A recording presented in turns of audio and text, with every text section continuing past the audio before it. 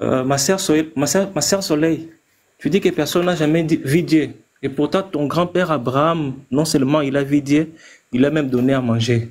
Ça, ce n'est pas le débat. Ça, c'est un autre débat. Fermons d'abord le débat. On parle aujourd'hui si Jésus est mort ou pas. Parlons de ce que je disais au départ. Si nous voulons parler, les musulmans et les juifs, on doit avoir un livre qui nous met en commun. Nous croyons à la Bible, vous croyez au Coran. Alors, quel est ce livre d'où nous venons? Nous tous, nous venons du Torah. Alors, si on doit parler de quelque chose, on doit se référer au Torah parce que le Torah a tout prophétisé, a tout prédit. Parce que tout ce qui s'est passé dans le Nouveau Testament a été prophétisé dans l'Ancien Testament. Donc, si on veut discuter aujourd'hui, fermons la Bible, fermons le Coran, parlons du Torah. C'est cela, on est d'accord, personne ne peut nier, parce que nous tous, nous venons de notre grand-père qui s'appelle Abraham, que personne ne va nier. Alors, je vais commencer d'abord par ce psaume de David. Psaume de David, c'était le verset 22-18. Je range mes papiers clairement. Alors, psaume de David, 22, verset 18. Je pourrais compter tous mes os. Là, c'est David qui prédit de la manière dont on va traiter le Messie. Je pourrais compter tous mes os. Et ils observent, ils me regardent, ils se partagèrent mes vêtements. Ils tirent au sort ma tunique. Là, c'est psaume 22. Là, c'est David qui parle avant même que le Messie puisse venir. Et nous voyons cet accomplissement s'accomplir. C'est Jean 19, 23. Et Jean 19, 23. Les soldats, après avoir crucifié Jésus, d'abord, pour commencer, il y a une contradiction. Les Romains disent, lorsqu'ils ont crucifié Jésus, ils ont dit, les disciples sont venus voler son corps. Mais vous dites que non, Jésus n'a pas été tué. Bon, qui ment qui? Mais je continue quand même de lire. Les soldats, après avoir crucifié Jésus, prirent les vêtements et ils firent 4 parts, une part pour chaque soldat.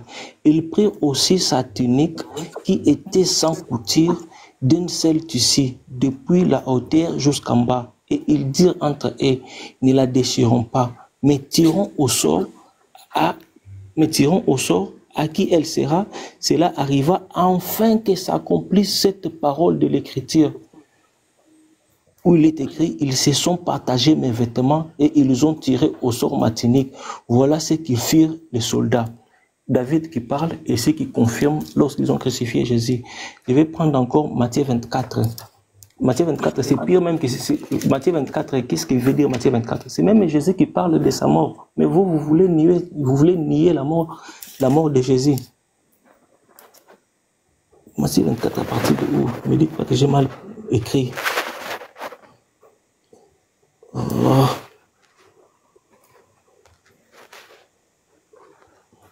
Bon, je prends d'abord Jean 12, 20, parce que je pense que j'ai mal écrit. Jean 12, 20. Jean 12, 20. Jésus parle de sa mort prochaine. Jean 12, 20. Où Jésus lui-même parle de sa mort. Vous voulez ici pour nier la mort de Jésus. Quelques Grecs du nombre de ceux qui étaient montés pour adorer pendant la fête, ils s'adressèrent à Philippe de Bethesda en Galilée et lui dirent avec insistance, Seigneur, nous voudrions voir Jésus. Philippe alla dire à André, puis André et Philippe les dirent à Jésus. Jésus leur répondit, l'heure est venue où le Fils de l'homme doit être glorifié. En vérité, je vous le dis, si les grains, il reste seul, si les grains de blé qui est tombé en terre ne meurent, il reste seul, mais s'il meurt, il porte beaucoup de fruits. Là, c'est Jésus qui parle. S'il ne tombe pas en bas, il reste seul. Si quelqu'un ne me sert, bon, j'avais dit que je vais m'arrêter à 15, je m'arrête ici pour mes frères chrétiens qui peuvent continuer. Merci beaucoup le frère. Sincèrement, j'ai écouté les paroles de nos frères musulmans et je voulais principalement m'adresser à une dame. Cette dame qui a parlé, je crois que c'est Soleil. Et elle disait certaines choses qui sont vraisemblablement, qui ne sont pas conformes, je vais dire, par rapport à ce qu'a dit la Bible. Et elle a pris le livre, n'est-ce pas, de, je crois bien, Ésaïe 29, 12. pour faire la comparaison, n'est-ce pas, à ce que, au prophète Mohammed, qui, voilà, dans le livre, on lui a indiqué d'écrire, c'est-à-dire on lui donnait l'ordre d'écrire, c'est-à-dire elle a fait, n'est-ce pas, une certaine comparaison. Et moi, d'habitude, hein, quand nos frères musulmans me donnent un verset de lire, je fais 2 versets avant et 2 versets après. Parce que c'est des frères, eux, ils sont toujours dans la quête de contradiction de la Bible. Et ce qui, malheureusement, ils ne trouvent jamais, mais ils insistent, nous serons obligés alors d'aller sur ce jeu avec eux. Donc, c'est ce qu'a fait exactement la dame là. Et lorsqu'elle a ouvert le livre de Ésaïe 29, verset 12, où il dit exactement, je lis exactement Ésaïe 29, verset 12, où, comme un livre que l'on donne à un homme qui ne sait pas lire en disant, lis donc cela, et qui répond, je ne sais pas lire. Donc, ce verset qui a été écrit dans la Bible révèle tout simplement l'arrivée du prophète, c'est-à-dire c'est une prophétie sur le prophète Mohammed. Franchement, lorsque vous vous adressez quand même aux chrétiens, parce que nous, c'est notre livre de foi, et nous ne suivons pas le Christ pour rien, c'est pas que nous n'avons pas été à d'autres écoles, c'est-à-dire nous n'avons pas feuilleté d'autres livres, que nous sommes venus directement simplement ici. Parce que la question de foi, c'est quelque chose de très fondamental. Et c'est le capital. C'est ça, ça demeure éternel pour toi. Donc, quand vous vous adressez à nous chrétiens, quand même, avec un petit quand même, sachez quand même que c'est notre livre de foi après tout. Et c'est à nous de vous le dire. Je vais répondre à la dame en lui disant tout simplement que la pensée, n'est-ce pas, qui a été, que voulait véhiculer ce livre, c'est pas cette même pensée est là. Et moi, j'ai lu, j'espère qu'elle m'écoute très bien, j'ai lu un peu Ésaïe d'abord, verset 11, où on me dit, toute la révélation est pour vous, comme les mots d'un livre cacheté que l'on donne à un homme qui sait lire en disant, lis donc cela, et qui répond, je ne le puis, car il est cacheté. Verset 12. Ou comme un livre que l'on donne à un homme qui ne sait pas lire en disant, lis donc cela, et qui répond, je ne sais pas lire. Maintenant, le Seigneur dit, quand ce peuple, quel peuple? Le peuple dont on parle, quand on dit, faut lire, il dit qu'il ne sait pas lire, faut lire, il dit ne sait pas lire, on dit, quand ce peuple s'approche de moi, il m'honore de la bouche et des lèvres, comme ce que dit la dame, justement. Quand ce peuple, c'est-à-dire, quand ces gens à qui on donne le livre, on dit de lire, et ils disent qu'ils ne lisent pas, on donne de lire, on dit que non, je ne sais pas lire, c'est ce peuple-là dont parle le Seigneur ici. Quand ce peuple s'approche de moi, il m'honore juste de la bouche et des lèvres, mais son cœur est éloigné de moi et la crainte qu'il a de moi n'est qu'un précepte de tradition humaine. Donc, là, ce verset, les 3 versets, c'est-à-dire Ésaïe 29, du 10, verset 10 à verset 13, c'est-à-dire il conclut son verset qu'elle a pris, Ésaïe 29, verset 12, y compris, c'est-à-dire si elle pouvait lire l'ensemble, Dieu est en train de rejeter justement ce genre de peuple. Parce que c'est ce peuple-là, si je vais faire un peu une chose là par rapport à ce que vous avez lu tout à l'heure, c'est un faux semblant, ça y est, c'est un peuple semblant, ça. C'est ce que veut dire cette partie de la Bible. Donc, je vais tout simplement, avant de chuter, parce que c'est ça qui m'a pris au cœur, parce que je vois que le débat n'est pas encore trop bien ouvert pour que nous puissions, n'est-ce pas, interagir. Mais la dame, c'est ce qu'elle a dit qui m'a un peu réveillé. Donc, je vais lui dire tout simplement, avant de prendre un verset, de lire suffisamment et pour savoir ce que dit véritablement le verset. Donc, ici, ça veut dire tout simplement que le Seigneur est en train de rejeter, en tout cas, notre Seigneur à nous, dans la Bible, est en train de rejeter ce genre de peuple. Ce genre de peuple auquel la dame faisait allusion ici. Donc, je vais tout de suite m'arrêter pour ça. J'ai voulu juste corriger la dame par rapport à ça. Et la Bible n'est pas le Coran et la Bible ne sera jamais le Coran. Merci. Merci. Seigneur, normalement, tu devais intervenir et nous allons te laisser intervenir parce que tu t'es rendu compte visiblement que vous associant, certains ont été gourmands. Je crois que dans le deuxième temps, on va diviser et le minuteur va vous trancher. Chacun aura son temps bien défini pour éviter que ça soit empiété. Donc, tu as 3 minutes, Seigneur, tu as 3 minutes. Et après, maintenant, les musulmans vont reprendre. Parce que lui, Focus, s'est pas intéressé au thème. Il a plutôt voulu aller sur un autre terrain qui n'est pas le thème d'aujourd'hui. Seigneur Béra, est-ce que Seigneur Béra est là? Oui, vas-y, tu disposes de 3 minutes. À 24. Alors, je vais pas trop, je vais plutôt utiliser les 3 minutes pour aller dans le sens de celui qui vient d'intervenir concernant les propos qu'a tenu Soleil. En fait, il y a un thème qui a été donné et moi, j'ai vraiment pensé qu'on allait rester dans le thème, mais apparemment, certains musulmans sont pressés de déballer tout un arsenal de versets qui leur ont été récités, qu'ils ont notés quelque part sur un bloc-notes et qui attendaient l'occasion pour pouvoir nous le jeter à la figure sans même prendre le temps de lire le contexte et de lire les vérités en fait qui se trouvent dans ces chapitres-là. Mais bon, passons. Je vais vous dire une chose. Concernant la mort de Jésus, elle fait l'unanimité. Il y a même eu un livre qui est sorti qu'on appelle l'autopsie du Christ, qui fait état notamment des différentes étapes d'un point de vue biologique, d'un point de vue chirurgical notamment, des souffrances que le Christ a endurées sur la croix. D'une part. Si vous regardez la sourate An-Nisa, elle présente l'élévation du Christ. Je crois que c'est le verset 158 de la sourate An-Nisa. Pour les musulmans, vous pouvez vérifier, vous allez voir. Partout essentiellement dans le Coran, il est mention de la mort de Jésus. Il y a quelqu'un qui disait dans ce même live là que la mort de Jésus, il n'y a pas eu de témoin oculaire de la mort de Jésus, mais je suis vraiment navré.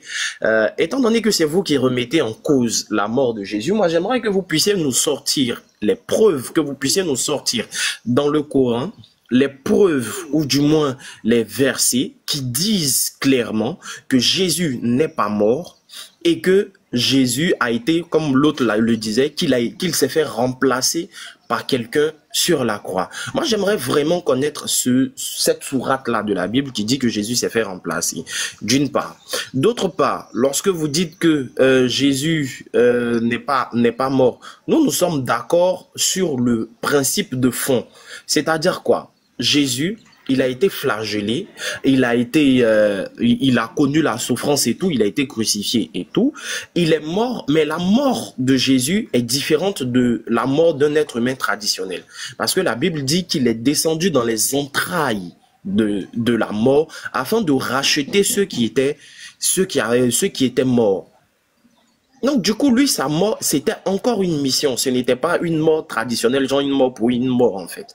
Sur ce fond-là, on est d'accord. Mais il dit que Jésus n'est pas mort tout court qu'il n'est pas allé sur la croix, c'est ce que nous combattons. Donc, moi, je vais plus attendre lors des questions-réponses pour qu'on puisse aller dans le fond du problème. Et là, je sortirai mes preuves. Je m'arrête là.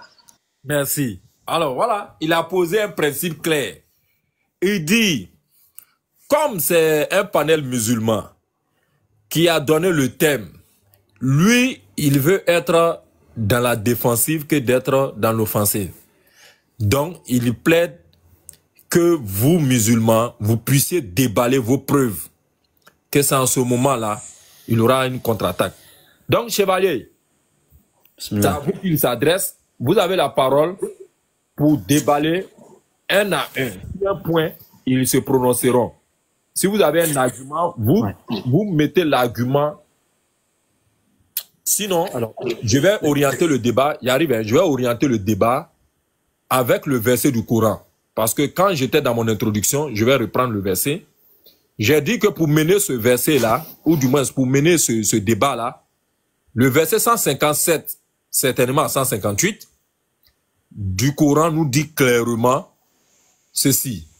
Et à cause de leurs paroles, nous avons vraiment tué le Christ, Jésus, fils de Marie, le messager d'Allah.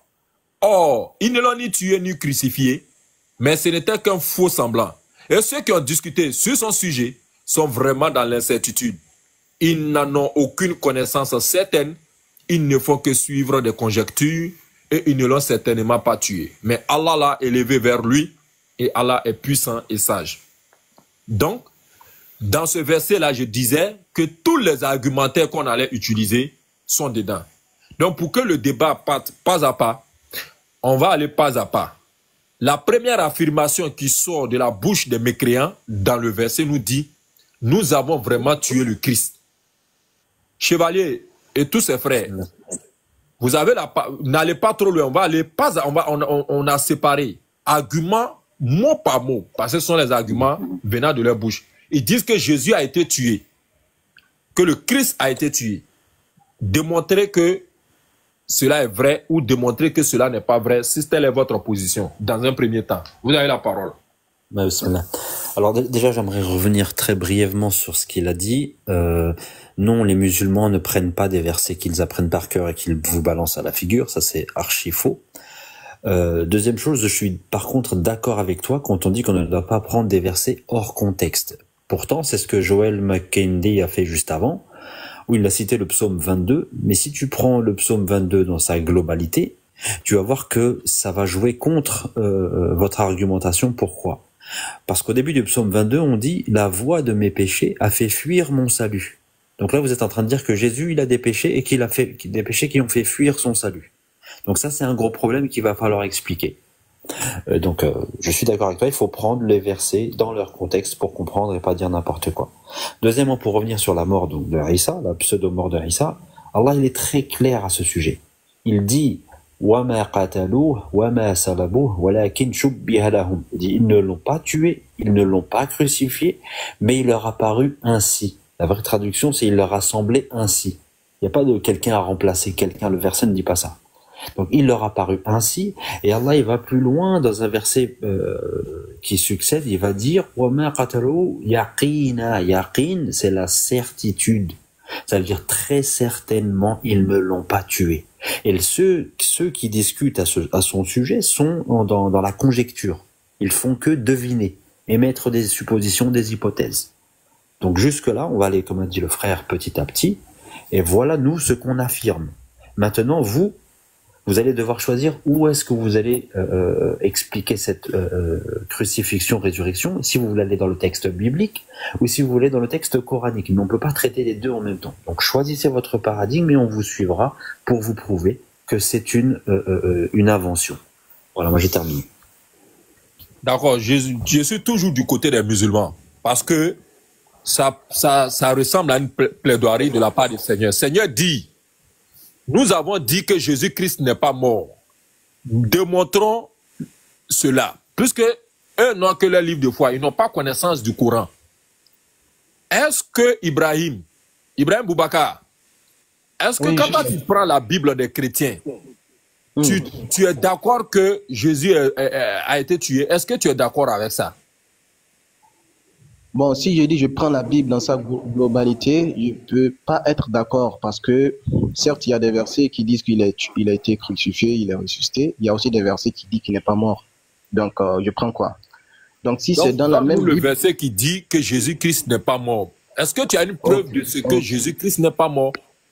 Oui, j'ai la preuve, Inch'Allah. Je vais le prouver dans mon argumentaire, Inch'Allah. Oui, c'est ton temps qui est là. Ok. Pour prouver, d'abord, je vais réfuter certaines choses. Sur Somme, ils ont donné Somme parce qu'ils ont commencé par des prophéties et moi j'aime les prophéties. Ils ont donné où ils ont dit ils ont percé mes pieds et mes mains et ils pourraient compter mes os à moins que les os de Jésus ont été brisés. Pour pouvoir compter les os, il faut que l'os soit brisé. Ça c'est la première des choses. Et si l'os est brisé, je donne toujours une autre prophétie qui montre que les os de Jésus ne seront point brisés. On va lire Psaume 34, comme c'est Psaume ils ont donné, on va donner Psaume. Psaume 34, verset 20. Il garde tous mes os. Là, c'est déjà KO. Déjà dans le thème, dans le texte en hébreu, le terme il garde, ça signifie il va protéger mes os. Aucun d'eux n'est brisé. Donc là, c'est une prophétie où Dieu lui-même annonce que les os du Messie ne seront pas brisés. Donc, s'il nous donne Psaume pour dire que les os de Jésus ont été percé de sorte qu'il pouvait même compter ses os. C'est comme si les os de Jésus ont été brisés. Bon, donc pour parler de compter les os, il faut que ça soit brisé. Donc ça, c'est la première des choses. Maintenant, concernant est-ce que Jésus, il y a un verset qui dit noir sur blanc que Jésus n'est pas mort. Oui, ça existe. On va prendre Hébreux 5, verset 7. Au jour de sa détresse, au jour de sa détresse, ce n'est pas au sujet des morts, mais il s'agit bel et bien sur terre. Il a fait des supplications, il a pleuré, il a fait des supplications. On pouvait trouver l'histoire dans les évangiles. À celui qui pouvait lui sauver de la mort. Jésus a dit, Seigneur, si tu pouvais m'éloigner de cette coupe, non pas ma volonté, mais ta volonté.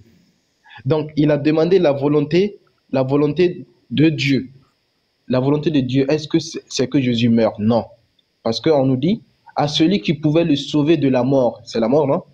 Et ayant été exaucé à cause de sa piété. Exaucé, nous savons que signifie exaucé, c'est-à-dire Dieu a accepté cette demande de Jésus et il a été exaucé. Il n'a pas goûté ne serait-ce qu'une seule seconde de mort. Jésus n'a pas goûté ne serait-ce qu'une seule seconde de mort. Si j'ai dit j'ai été sauvé, c'est-à-dire d'une baleine qui pouvait me bouffer, c'est que la baleine ne m'a pas bouffé. Donc si on te dit il a été sauvé de la mort, c'est qu'il n'a pas goûté à la mort. Parce que si il a goûté à la mort, il n'a pas été sauvé de la mort. Il n'a pas été sauvé de la mort. Ça, c'est la première des choses.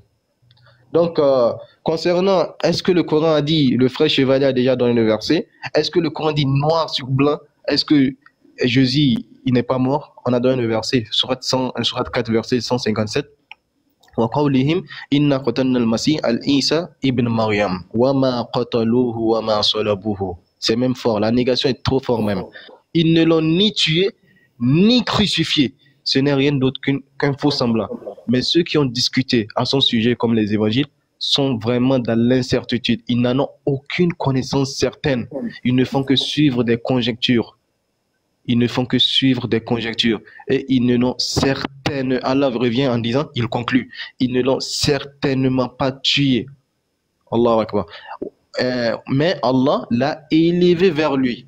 Donc voilà notre croyance. Merci. Je peux intervenir, les frères? Oui, tu vas intervenir sans, il n'y a aucun souci. Maintenant, comme il a demandé qu'on aille verser, ou du moins argument contre argument, vous avez la parole, mais ne sortez pas d'abord, parce que le Coran nous a déjà donné la ligne directrice. Quel est votre argument qui montre que Jésus-Christ n'a pas été tué? Sourate 4, verset 157. Nous sommes en train de prendre pas à pas. Après, on va regarder la crucifixion aussi. Parce qu'il y a une nuance entre la tuerie et la crucifixion. Ne faites pas l'amalgame. Est-ce qu'on se suit? Voilà. Donc, Ben, nous t'écoutons. Salam alaikum. Alaikum salam. Dans ce sens-là, moi, j'ai pas vraiment quelque chose à ajouter parce que Ibrahim et puis Chevalier, ils ont déjà démontré ça. Je veux seulement dire que ce contexte-là, c'est difficile pour les chrétiens, les frères chrétiens d'accepter ça. Parce que toute leur religion est basée sur le fait que Jésus est mort sur la croix pour le salut de l'humanité. Donc c'est un peu difficile de leur demander d'accepter ça, qu'il n'est pas mort sur la croix. Et et selon eux-mêmes leur concept de Jésus, que Jésus est Dieu là, le Dieu qui a créé l'humanité, kun fayakun, tout ce qui existe sur la terre et dans les cieux et en ça, il doit revenir sur la terre, sa créature qui est l'être humain va le crucifier, va le tuer pour qu'on puisse être sauvé. C'est quand même un contexte qui est difficile à accepter. C'est ce que je veux dire, quoi. Donc, c'est un peu difficile. Les frères chrétiens, ils vont jamais accepter ça. Sinon, ça contradit tout leur livre, en fait. Merci. Merci. Toujours sur le premier argument. Je crois que nous sommes en droit de faire le tour des arguments venant de nos frères. Koulmes, ne sortez pas. Est-ce que, quand les chrétiens disent que Jésus a été tué là, ils ne parlent pas d'abord de la crucifixion? Parce qu'après encore, vous aurez le temps encore de venir vous prononcer sur la crucifixion. Parce qu'elle a dit, ils ne l'ont ni tué, ni crucifié. Ces deux thèmes-là, Allah ne les a pas placés gratuitement. Il peut dire simplement tuer. Il dit ni. Donc, ni tuer, ni crucifier. Donc, le premier argument, c'est de montrer d'abord que Jésus n'est pas mort. Nous t'écoutons, montre sur ça, parce qu'ils vont répliquer. Après, on va avancer encore. D'accord, ok. Moi, je voulais juste être bref, puisque le frère Ibrahim a tout dit. Quand on prend le verset d'Hébreux 5:7, où on dit que Jésus a été exaucé parce qu'il a fait une demande à Dieu. Et pendant qu'il faisait cette demande-là, il était quoi? On dit quoi? Il était dans le jour de sa chair. C'est-à-dire, il était encore en vie. On voit ça dans Matthieu 26:39, où Jésus était encore en vie, il n'était pas encore mort, et il fait une demande pour dire qu'il ne veut pas mourir.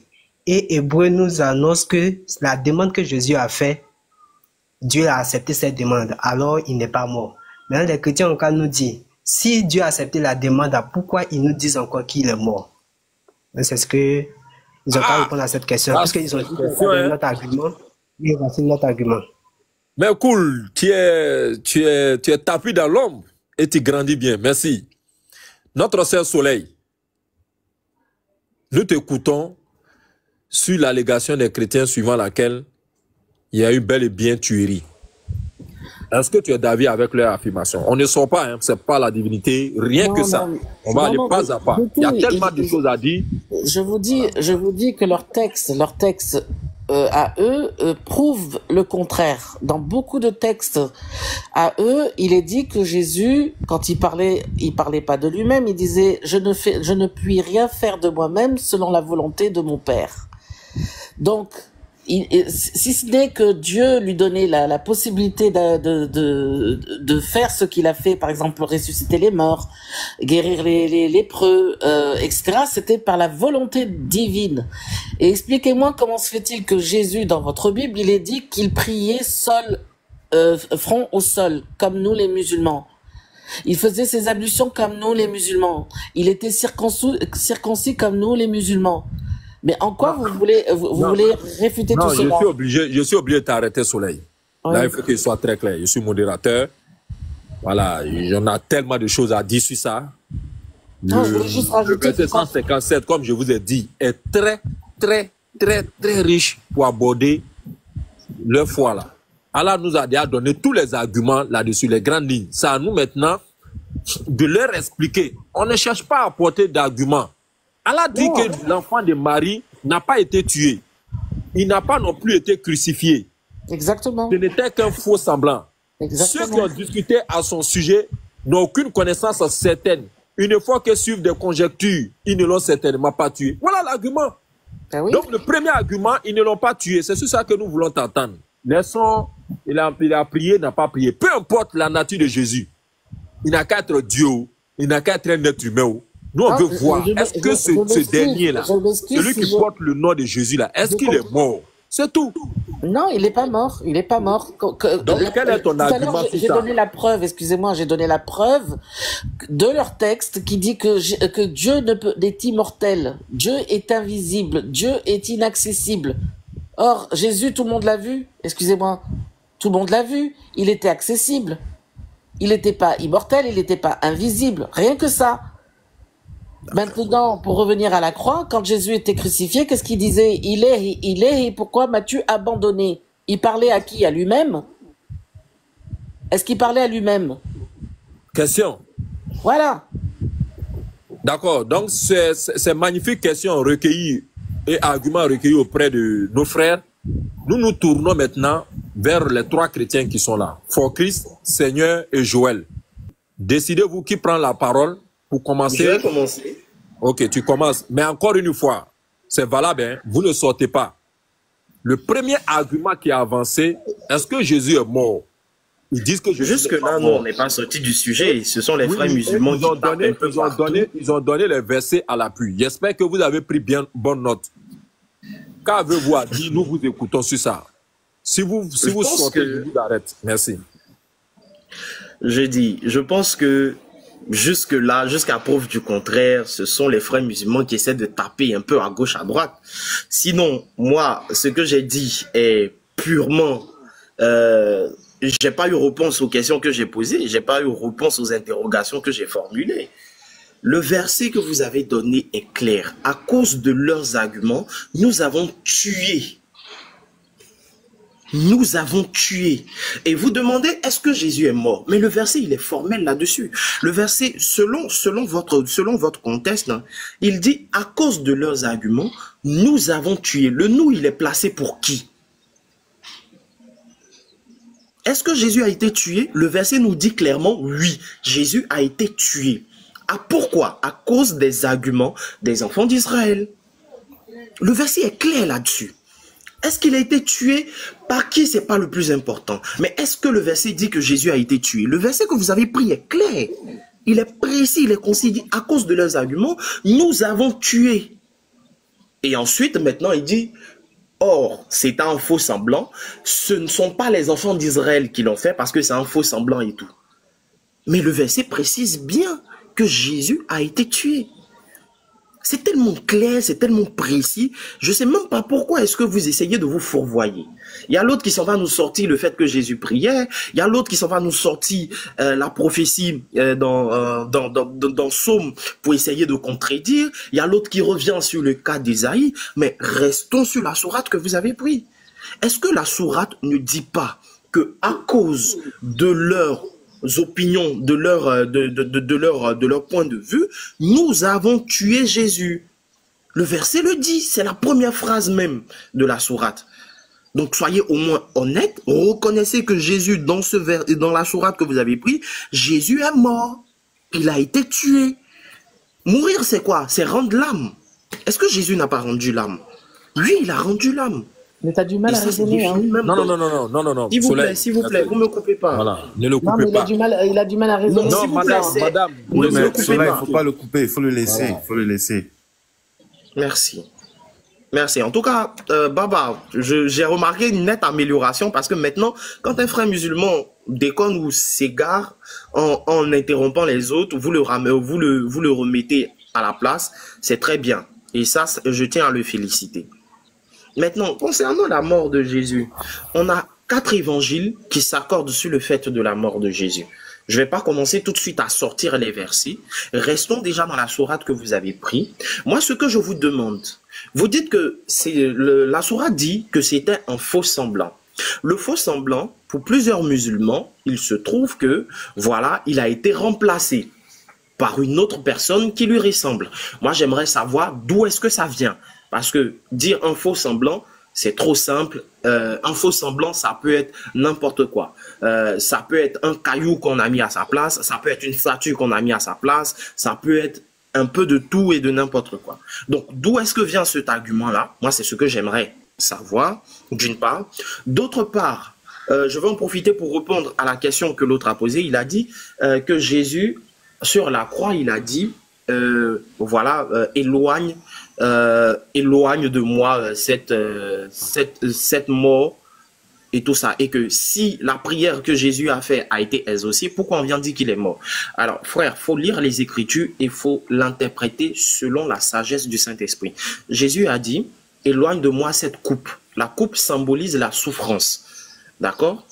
Quand quelqu'un souffre ou quand quelqu'un voit une situation difficile qu'il traverse, il parle d'une coupe qui lui pèse. Parce que la coupe, c'est le symbole de la royauté, c'est le symbole des responsabilités. Donc du coup, quand il dit « éloigne de moi cette coupe », il ne parle pas de la crucifixion et de la mort. Parce qu'en comparaison, être crucifié et mourir, ça c'est basique, ça c'est rien en fait. Au contraire, ça c'est une délivrance. Quelqu'un qui meurt ici, on dit ne pleurez pas pour les morts parce qu'ils sont délivrés de la souffrance qu'il y a sur la terre. Ils vont se reposer. Il te reste 1 minute. En ce moment, un instant, il te reste 1 minute. Quand il va chuter, vous allez apporter des motions par rapport à sa parole. Après encore, ça ce n'est que des motions. Hein. Après, ils vont continuer. Pour Christ va parler et ainsi de suite. Donc, Seigneur, vas-y. Il te reste 1 minute à 46. Donc, je disais, lorsqu'il était sur la croix et qu'il disait « éloigne de moi cette coupe », il parlait d'une souffrance qui est plus terrible que la mort. Une souffrance qui était vraiment, qu'il n'avait pas encore connue et que très peu d'hommes, aucun homme même, ne pouvait supporter. Et c'était à lui de supporter cela. Donc il a dit, éloigne cette coupe de moi. Donc ça n'a rien à voir avec la mort. Ça n'a rien à voir avec la mort. Et ça ne lui a pas, il ne lui a pas été permis de se fourvoyer devant cela. Parce qu'il a dit que ta volonté. La volonté de qui? La volonté de son Père. Donc c'est la volonté du Père qui s'est exercée là. Merci. Donc moi j'attends... Excuse-moi l'autre, est-ce qu'on peut procéder plutôt à un échange, c'est-à-dire qu'il laisse son micro ouvert? Parce qu'apparemment ça fonctionne pas quand on fait des blocs argumentaires, ils ignorent la moitié de ce qu'on dit, ça fait 2 fois que j'explique. Je voudrais lui répondre, mais qu'il interagisse en même temps. Est-ce que c'est possible? Oui, mais je vais rappeler pour que nous tous on puisse comprendre la démarche que j'ai adoptée. Parce que je pense que cette démarche, elle est plus confortable. Pourquoi? Oui. Nous nous appuyons en ce moment sur le verset 157 et 158 de la sourate 4. Dans ce verset, Allah nous a déjà fourni en tant que musulmans ce qu'ils disent dans leur assemblée, dans leur temple. Et Allah encore apporte le contre-argument de leur affirmation. C'est à nous maintenant d'illustrer pour leur dire, quand Allah dit qu'ils ne l'ont pas tué là, voici les éléments qui viennent soutenir cette affirmation. Allah dit aussi qu'ils ne l'ont pas crucifié. Voici. Allah dit aussi que ceux qui ont discuté sur son sujet n'ont aucune connaissance certaine. Voici. Quand on prend les différents évangélistes, voici ce que Marc a dit. Est-ce que s'il a une connaissance certaine là, est-ce qu'ayant dit ça, est-ce qu'il doit venir encore se contredire alors qu'il a dit ça? Quand on prend Matthieu a dit ça là, s'il a une connaissance certaine, est-ce qu'il peut venir reprendre ça là? Maintenant encore, on vient encore. Allah dit qu'ils ne font que des conjectures. Conjectures, c'est faire des hypothèses. Voici dans votre Bible les propos qui montrent clairement qu'ils ne sont pas dans la réalité des faits, ils ne font qu'émettre des conjectures, des hypothèses qui non seulement ne sont pas vérifiables, mais qui ne peuvent même pas être vérifiées. Et ils veulent baser leur foi sur ça. À partir de là, maintenant, nous concluons qu'effectivement, il n'a pas été crucifié, il n'a pas été tué. Et enfin, Allah dit qu'il a élevé vers lui. Depuis quand quelqu'un a été élevé vers lui, alors que ce dernier-là est mort? Pourquoi n'avoir pas anticipé plutôt en élevant vers lui et de le laisser dans... Donc vous comprenez un peu la démarche, non? Voilà pourquoi je dis qu'on ne va pas prendre tous ces arguments-là en une seule prise. Nous allons aller progressivement. Sur le premier argument, Allah dit que Jésus-Christ n'a pas été tué. Je vous ai donné la parole. Attends, excuse-moi Baba, juste parce que lui, il n'a pas compris. Il croit que nous avons vraiment tué le Christ. Il croit que c'est Allah qui dit ça. C'est pour ça que là, ça part déjà, il fonde son argument sur quelque chose de totalement faux. Quand il dit c'est son temps là, ça a lui de penser comme ça. C'est fait à dessein, il a pris la parole. Dans votre motion, il s'agira maintenant de déconstruire son affirmation et de lui montrer que tu t'es égaré. Tu as pris un test que tu n'as même pas lu et tu fais semblant de sauter des mots pour aller à la fin pour dire faux semblant. Or, tu as dépassé que c'était une argumentation qui donne une affirmation. Mais à quoi sert alors la conjonction de coordination qui dit or? Or est un connecteur d'opposition. Ça s'oppose à quoi? Voilà un peu, voilà le schéma. Donc il vient de terminer. Nous vous donnons la parole. Tu l'as écouté. Les frères vont apporter des motions sur lui, sa prise de parole. Quand vous allez finir avec la motion, nous allons prendre For Christ qui va aussi se prononcer sur vos arguments. Après encore, vous allez apporter des motions. Après Joël. Et après encore, si tout ça on est d'accord, on passe maintenant à la crucifixion. Ainsi de suite, jusqu'à les 5 arguments qu'elle a présentés. Donc, tu as la parole, chevalier. Ouais. Est-ce qu'il peut se démuter, Seigneur? Je lui permets juste pour... Il t'entend, vas-y. Il t'entend, vas-y. Donc, Seigneur, il faut que tu me dises, qui dit cette parole? Nous avons vraiment tué le Christ, Rissa. Si tu lis bien, normalement, si tu es censé, que tu sais lire le français, il y a marqué à cause de leur parole. La parole de qui? Ben, les mêmes qui ont mécru et l'énorme calomnie qu'ils prononcent contre Marie. Donc, ce sont les Juifs. On est d'accord jusque-là. C'est pas Allah qui dit nous avons tué le Christ. Ça, sinon, faut retourner à l'école et apprendre à lire un texte correctement. Donc, je t'ai dit tout à l'heure que non, ils ne l'ont pas tué, ils ne l'ont pas crucifié. Le frère a répété qu'Allah l'a élevé vers lui et qu'ils ne l'ont très certainement pas tué. Donc tu as deux affirmations, et le faux semblant, faut arrêter de dire oui c'est un caillou, c'est ceci, cela. Non. En arabe, walakin shubbiha lahum, ça veut dire il leur a semblé ainsi. C'est ainsi que la réalité leur est apparue. Ça, il faut arrêter avec ça. Après, quand on va dans les hadiths, on va trouver des choses, on va trouver d'autres, mais ça c'est un autre débat. Mais le verset coranique, ce qu'il dit là, il est très très clair. Limite, on n'aurait même pas besoin d'aller dans les hadiths. On peut aller dans les hadiths pour avoir des informations supplémentaires, mais là, rien que ce verset-là, il est très clair. Il est très très clair. D'accord ? Tu peux pas sortir de ce verset. Donc maintenant, voilà, je sais plus c'était quoi l'autre chose. Oui, donc voilà, après il a été, comme a dit le frère à l'instant, vous avez beaucoup d'incohérences, c'est la première chose que j'ai dit dans mon introduction. Vous avez énormément d'incohérences autour de la crucifixion déjà. Déjà, c'est pas le même jour selon Jean et selon les trois autres synoptiques, c'est pas le même jour. Déjà là, qu'est-ce qui se passe? Selon les trois, c'est pas la même heure. Ensuite, il y a cette histoire des 3 jours et 3 nuits. Marc qui dit que non, il n'y aura pas de signe. Matthieu dit qu'il n'y aura pas de signe sauf le signe de Jonas. En fait, dès qu'on parle de cette crucifixion, il y a des problèmes. Qu'est-ce qu'il y a écrit sur le panneau? Ça dépend de l'évangile que tu lis. C'est quoi l'inscription qu'il y a dessus? Combien il y avait qui a été témoin? Est-ce qu'ils ont tous fui ou est-ce qu'il y a eu des témoins? En fait, on ne sait pas. Et le problème dans ce texte, c'est que plus on va vers cet événement, je le répète, plus on a des incohérences. Et des témoignages non concordants, comme on dit dans la loi. Donc voilà, je vous laisse répondre à tout ça, en fait. Merci. Et comme je disais, je vais répéter encore ce que je disais. Vous savez, c'est pour ça que j'ai dit au début, pour ceux qui étaient là à l'entame, que si le sujet n'est pas bien maîtrisé, on risque de faire hors sujet. Hors sujet, ça ne veut pas dire que ce que tu as dit est insensé. Non.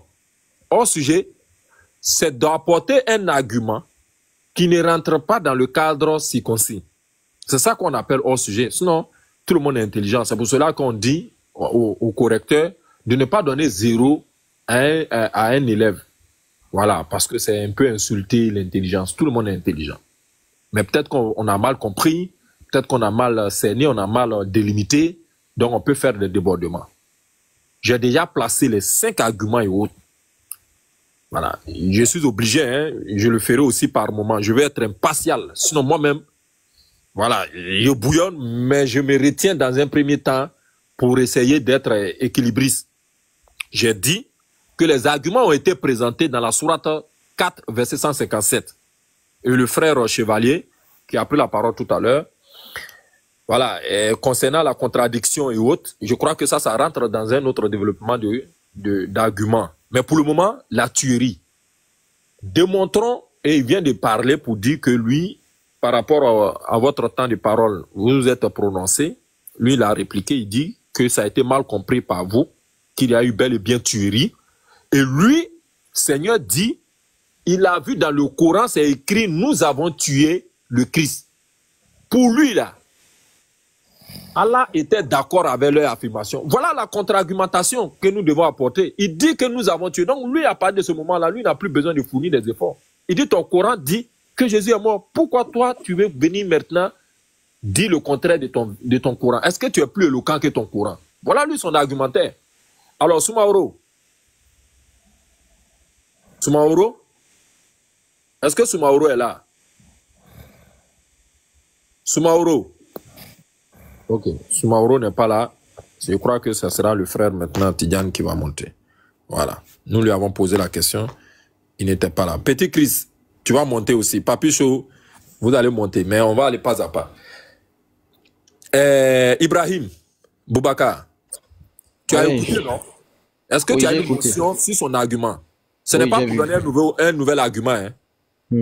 Voilà, il s'est prononcé. Si vous l'avez bien écouté, quelle est ta motion sur son commentaire?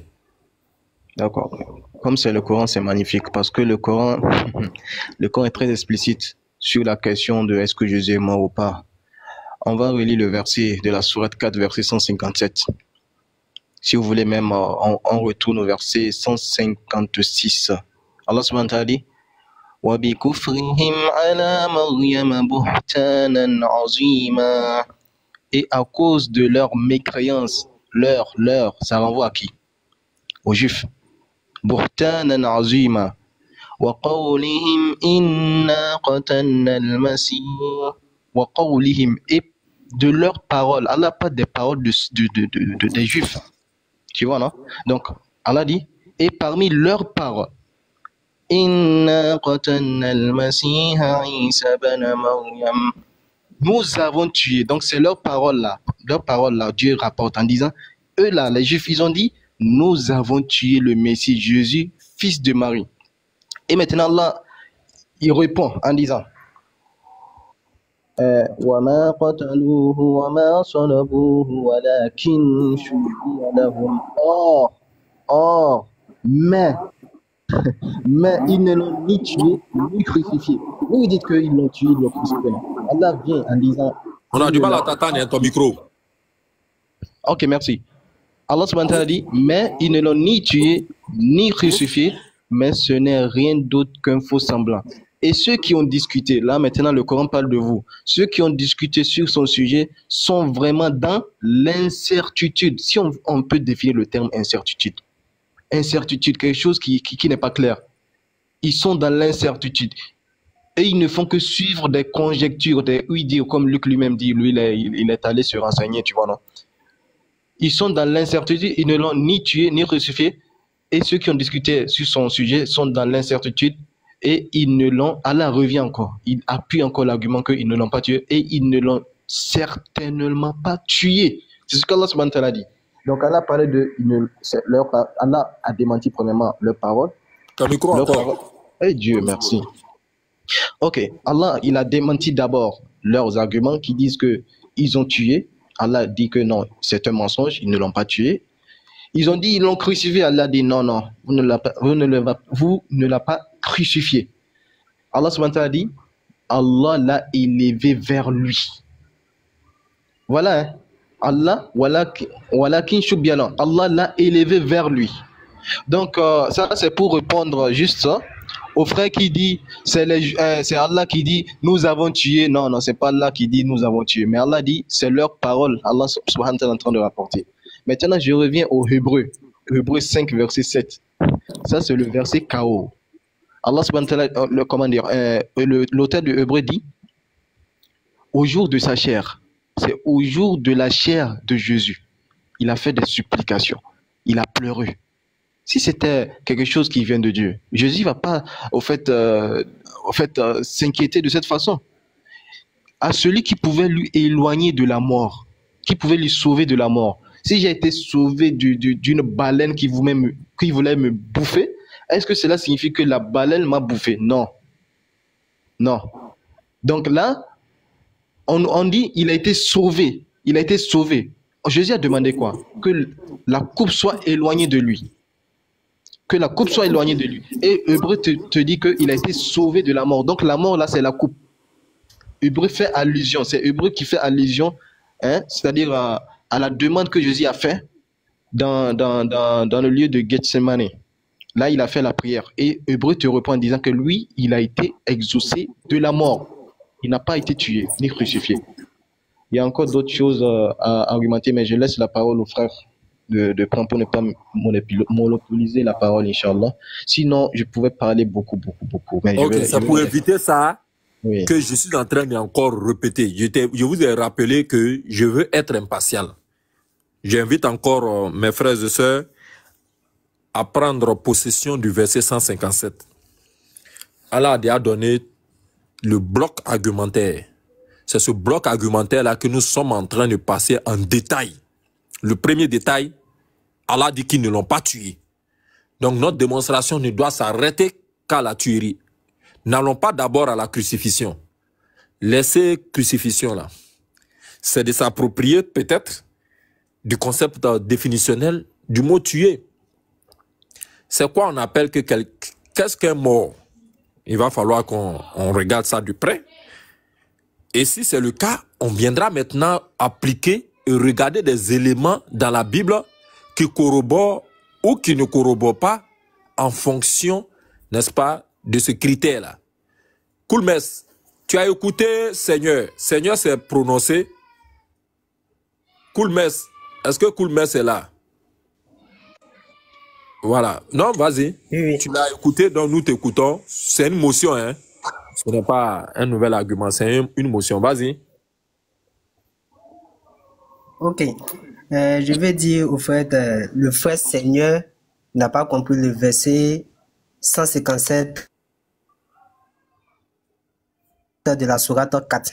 Parce que Allah nous dit, et à cause de leur parole. D'abord, il doit savoir qu'il y a l'heure. Il doit se poser la question, qui est ce leur-là? Et on voit que ce leur-là va, quand on revient au verset 153 de la sourate 7, Allah nous parle des gens du livre. Maintenant, après leur parole, après parole, il y a 2 points. C'est-à-dire, il y a 2 points et puis il y a griffes. C'est-à-dire qu'ils ont mis la parole maintenant des gens du livre entre griffes. Pour dire que c'est pas Allah qui dit, mais ce sont les gens du livre qui disent qu'ils ont tué le Christ. Mais c'est pas pour dire que le verset dit que le Christ a été tué. Non. Les gens du livre disent que eux ils ont tué le Christ. C'est qu'Allah a été de relater. Maintenant, Allah va faire une opposition après. Quand Allah va dire Allah va dire, nous avons vraiment tué le Christ, Jésus, fils de Marie, le messager d'Allah. Il y a quoi? On a fermé ce que les gens du livre ont dit. Ils ont fermé ça. Et puis Allah maintenant donne le contre-argument de ce qu'ils ont dit pour dire, oh, ils ne l'ont ni tué. Cela prouve déjà que Jésus n'a pas été tué. Donc si le frère n'a pas compris, on va le réexpliquer encore. Parce que le verset est clair. Maintenant, il a dit encore, il a donné un autre argument. C'est comme vous avez dit, c'est une motion. Il a donné un autre argument sur la question que j'ai posée.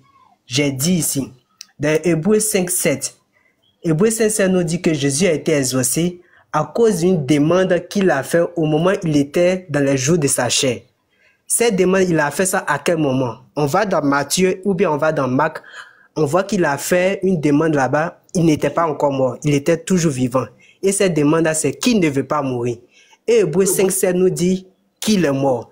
Alors, pourquoi eux, ils nous disent ici que Jésus est mort? Puisque Hébreux 5:7 dit que Jésus a été exaucé de sa demande de ne pas mourir. Question. Merci. Soleil, tu as écouté le développement du Seigneur. Est-ce que tu as une motion sur ce qu'il a dit? Oui, j'ai écouté et je rejoins tout à fait Chevalier, c'est ça? Allô? On t'écoute, hein, tu as la parole. Oui, non, mais quand je suis intervenu tout à l'heure, je m'excuse, je suis intervenu comme ça parce que j'étais pas d'accord et vous l'avez confirmé là dans vos réponses. Et voilà, je pense que ce monsieur a très mal interprété les textes puisque à maintes reprises vous l'avez repris et vous lui avez expliqué comme il vient de le faire le monsieur avant et celui d'avant que c'est pas ce qui est écrit, c'est pas ce que lui il affirmait. C'est-à-dire que comme il a dit la personne d'avant, excusez-moi, il disait que on parlait des Juifs. Jésus, on sait très bien qu'il a été adressé aux Juifs et lorsqu'il a été tué, c'était à cause des Juifs. C'était à cause des Juifs. Donc rien à voir avec vous. On parle des Juifs à ce moment-là. Et aujourd'hui, les divergences qu'il peut y avoir, et on le voit très bien à travers vos paroles et votre interprétation que voilà, c'est pas la bonne explication. Très bien. Merci. Alors, Tidjane, salam alaikum. Est-ce que Tidjane est avec nous? Bon, je crois que visiblement, le temps qu'il... Voilà. Oui, tu as écouté depuis dans les commentaires. D'accord. Donc on ne pouvait pas... je ne peux pas prendre la parole rapidement. Oui, Baba, je vous suis. Hein. D'accord. Donc, ce qu'on va faire, je préfère que, pour une fois, le temps que tu reviennes, oui. Voilà. Donc, on va continuer sans toi. Alors, ok. C'est quoi? C'est pour interagir? Bon, non, conduis. Reste concentré. Tu lui tiens à cœur. Okay. Voilà, reste concentré. Tu peux écouter sur comme de radio. Okay. Voilà, donc on va t'inviter gentiment de céder ta place le temps que tu viennes. Dès que tu es là, tu fais ta demande. Voilà, merci bien. Okay, alors, désolé mon frère, donc je t'ai coupé et on est ensemble. Tiens, voilà. Seigneur Béra, tu les as écoutés. Non, Focus, on viendra à toi. Ne t'en fais pas. Je vais être juste. Il a parlé. Ils ont apporté une motion à sa parole. Est-ce que tu as entendu leurs propos, Seigneur Béra? Seigneur Béra, est-ce qu'il est avec nous? Bon. Ah, je vous écoute, hein, je vous écoute. Oui, tu les as écoutés. Oui, Tu je les as les ai écoutés. écoutés. Ils disent que tu as fait une très mauvaise interprétation, ou du moins tu as fait une très mauvaise compréhension du verset. Tu es en train de dire que nous avons tué le Christ était une confirmation bel et bien de sa mort. Donc ils t'ont refuté. Tu as écouté au moins les arguments qu'ils ont pris pour te refuter. Est-ce que tu partages ces arguments-là? Notamment, ils ont dit leur... J'ai écouté les arguments qu'ils ont tous apportés, et on va dire à leur tour de façon individuelle. D'accord? Et je pense qu'il y a eu... La mauvaise interprétation n'est pas venue de moi. Parce que moi, j'ai dit quoi? Selon la sourate que vous avez prise dans votre introduction, la sourate commençait, si j'ai bonne mémoire, hein, de ce que je me souviens, la sourate commençait par « Nous avons tué Jésus à cause de leurs paroles ». Alors, moi, j'ai pas la visibilité sur la ponctuation, ce qui a été mis et autres. Et j'ai demandé le « nous », il est mis pour qui? Pour les Juifs ou pour Allah? Mais tout compte fait, que ce soit pour l'un ou pour l'autre, le verset dit bien qu'il a été tué. Alors, le point sera de définir d'où est venue, ou du moins d'où se passe la responsabilité. Ils ont éclairci pour dire que ce n'est pas Allah qui se réclame d'avoir fait mourir Jésus. D'accord. Donc, ce sont les Juifs qui se réclamaient d'avoir fait mourir Jésus. Ok, il n'y a pas de souci. Maintenant, plus loin, le verset, quand on va plus loin dans le verset, maintenant, moi j'aimerais qu'on puisse passer à la deuxième phrase de la parole, à la deuxième étape de cette sourate-là, où il est dit, selon, là je parle toujours de mémoire, parce que cette sourate-là, je ne l'ai pas en tête, je parle toujours de mémoire, si je me trompe, vous aurez la possibilité de revenir là-dessus, mais écoutez très bien.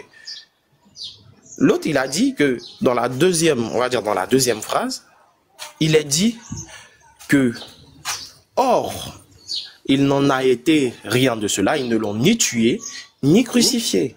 Et c'est là où l'autre, il a pris la version arabe pour dire que main, c'est ce qui leur a semblé.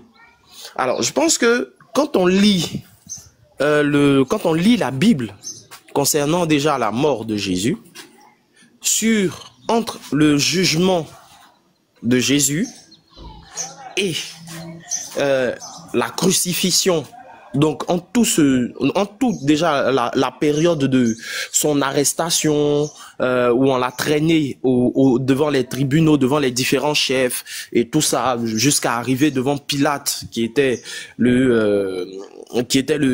on va dire, le gouverneur en ce temps-là établi sur Israël et tout. Quand on regarde tout le processus jusqu'à son arrivée à la croix où il a été cloué, il y avait plus de 100 personnes. Si on veut voir même plus, il y avait plus de 100 personnes qui y assistaient. Donc là, est-ce que vous êtes en train de me dire qu'il y a eu un genjutsu, une illusion collective qui a été orchestrée par je ne sais qui, afin de faire croire aux hommes qui étaient présents lorsqu'on arrêtait Jésus, lorsqu'on le traînait devant les chefs pour qu'il soit jugé, lorsqu'on l'envoyait devant Pilate, lorsqu'il a été frappé, lorsqu'il a été mutilé, qu'on lui a posé une couronne d'épines, lorsque tout ça a été relaté, lorsque toutes ces choses-là ont été faites. Donc vous êtes en train de nous dire, donc ce verset est en train de nous dire que tout ça en fait, c'était une illusion collective. Si oui, qui est la personne responsable ou qui a mis en place cette illusion qui a fait croire à toutes ces personnes-là que oui, en fait, vous êtes en train de tuer Jésus, alors que ce n'était pas le cas. Sinon, qu'est-ce qui a été réellement? Lorsqu'on dit que c'est ce qui leur a semblé, c'est ce qu'ils pensaient. Est-ce que vous pouvez m'expliquer, sinon ce n'était pas une illusion collective qui a été orchestrée pour leur faire croire? Alors, est-ce que quelqu'un peut me détailler réellement la mort de Jésus, ou du moins l'enlèvement de Jésus. Comment s'est passé l'enlèvement de Jésus? C'est ce que voilà la question que moi je veux vous poser. Ok, ça c'est une autre question. On a donné le temps que tu reviennes. Voilà. Alors, For Christ, c'est à ton tour. Oh, merci. Merci beaucoup, merci beaucoup. Je vais commencer par le frère qui m'a précédé, le frère en Christ qui m'a précédé. Je vais commencer à lui dire que j'aurais préféré que pour répondre aux questions des musulmans, que les chrétiens que nous sommes, nous nous basions uniquement sur la Bible. Parce que le Coran, c'est en quelque sorte une contre-attaque au fait de la Bible. Donc, si le frère dit à un musulman, n'est-ce pas, de par justement le Coran, essayer d'expliquer ce qui est dans la Bible, alors là, le musulman est dans sa raison d'être parce que lui, son livre de foi, c'est le Coran et c'est légal et c'est normal qu'il puisse y croire. Donc, dit à un musulman d'expliquer, n'est-ce pas, ce que leur livre interdit, ce à quoi leur livre ne croit pas, ou bien ce que leur Dieu a dit que ça n'a pas existé, je ne pense pas qu'ils puissent trouver une réponse valable. Donc sur ce, moi, je vais revenir à moi, ma Bible, parce que je suis un chrétien et j'ai le droit, ce droit légitime de contre-attaquer toute personne qui dira le contraire de ce que moi, mon livre de foi déclare. Je ne vais jamais dans un autre livre, je vais tout juste rester dans le mien. Moi, mon livre de foi, la Bible. Et par là, je vais directement sur le livre de Hébreux, le chapitre 5 au verset 7 qu'ils ont pris. Et je m'en vais leur dire ceci. Ne prenez pas la Bible comme n'importe quel livre, s'il vous plaît. Parce que c'est Dieu lui-même qui a son sceau dans ce livre, au fait. Et je vais lire. Je vais lire. On me dit, Hébreux 5, verset 7, on dit, c'est lui qui, virgule, dans les jours de sa chair, virgule, je vais mettre une petite pause là. On dit, c'est lui qui, Jésus, bien évidemment, dans les jours de sa chair. D'abord, les frères devraient m'expliquer. Quand on dit dans les jours de sa chair là, ça veut dire quoi exactement? Parce que vous dites Jésus n'a jamais été tué, n'a jamais été crucifié. Mais la Bible dit ici, dans les jours de sa chair, normalement, s'il était toujours, c'est-à-dire sans mort, sans crucifixion, il était toujours normal, à quoi serviraient alors les jours de sa chair? Quand on dit c'est lui Jésus qui dans les jours de sa chair, ça voudra dire que il y a un moment où il y a une fin dans ce qui est en train d'être dit. Les jours de sa chair, tout simplement, ça voudra dire de son vivant. À moins que il y ait quelqu'un, un musulman très sérieux, pour pouvoir m'expliquer ça. Parce qu'on ne lit pas la Bible de manière littérale. Non, non, non, non. On dit, c'est lui qui, virgule, dans les jours de sa chair, virgule, ayant présenté avec de grands cris et avec larmes des prières et des supplications. Les frères musulmans pensent que là, ça voudra dire, puisqu'on dit oui, Dieu a exaucé sa prière, ça voudra dire qu'il n'était pas mort. Non, il y a une précision à savoir dans les jours de sa chair. Donc, si la Bible déclare que c'est lui qui, Jésus, dans les jours de sa chair, c'est-à-dire quand il était vivant, ça voudra dire que certainement, ce n'est même pas certainement, dans cette Bible, il a été déclaré qu'il est mort. Donc, pour les ossements de sa prière dont fait ici, dont fait mention ici dans la Bible, c'est l'après-mort. Ne dites jamais, ne pensez jamais que quand on dit ici, Dieu a exaucé sa prière, ne pensez pas qu'il s'agit justement de son vivant. C'est d'après sa mort. C'est pour ça justement, la Bible déclare qu'il est ressuscité. C'est de ça réellement dont il s'agit, les frères musulmans. Donc ici, quand l'Hébreu 5:7 dit, c'est lui qui, dans les jours de sa chair, ça voudrait dire que de son vivant, ayant présenté avec de grands cris et avec l'âme des prières et des supplications à celui qui pouvait le sauver de la mort et ayant été exaucé à cause de sa piété. Je vous dis, pour continuer, il existe, hein, pour continuer. Donc, ici, là, comprenez quand même qu'il y a eu bel et bien mort. Maintenant, pour confirmer, parce que ici, c'est hébreu. Hébreu, vous n'êtes pas sans savoir que ça a été écrit par Paul.